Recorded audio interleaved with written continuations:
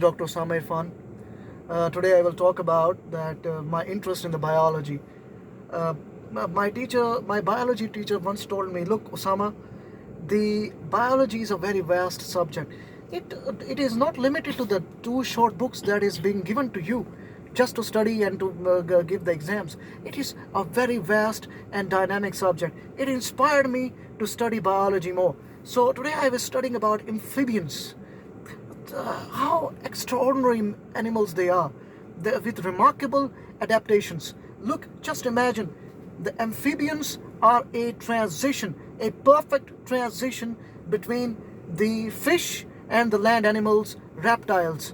They exist in a transition, in a sense that there is some connection with the water and there is some connection with the land. I was studying today how beautiful the concept of metamorphosis is. The reptiles, like frogs and toads, they lay their eggs. That needs moisture, that needs water. And when the larvae hatch, they do not resemble their parents. They need water to survive. They have gills. They lack the lungs. They have gills to respire through. They can swim. They have the tail that have the wriggling movements like the fish.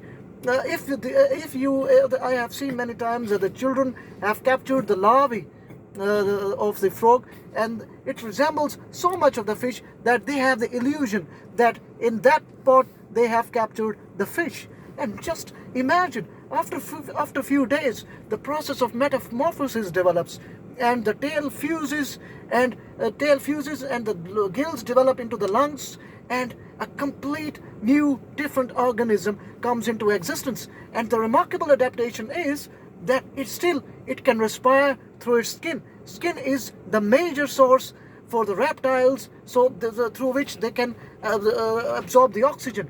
For that, they have to keep their skin moist for indefinite period of time. Just think about, if we tell the children, our students, that look how beautiful the concept of metamorphosis is, how the amphibians exist, how beautiful is their relationship to the environment, how beautiful is the thinking that they have evolved from the fish that is whose life cycle is completely requires water.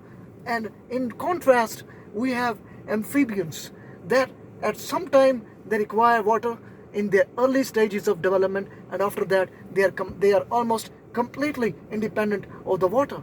So this is a remarkable adaptation. I enjoyed this point, so I thought that I should share it with you people, so that we will think the world in a different way, away from the materialistic point of view that I think that we have been transformed into the robots, that we have to do our daily activities, and we have missed the point that at some point in time, we have to enjoy nature. We have forgot that. And those students learning biology at the time, I will say that try to look at the things this way. Do not think that you have to give the exams which will ask what is metamorphosis. Just try to learn and enjoy how beautiful it is. So that is my message. I hope you will enjoy it. Thank you so much.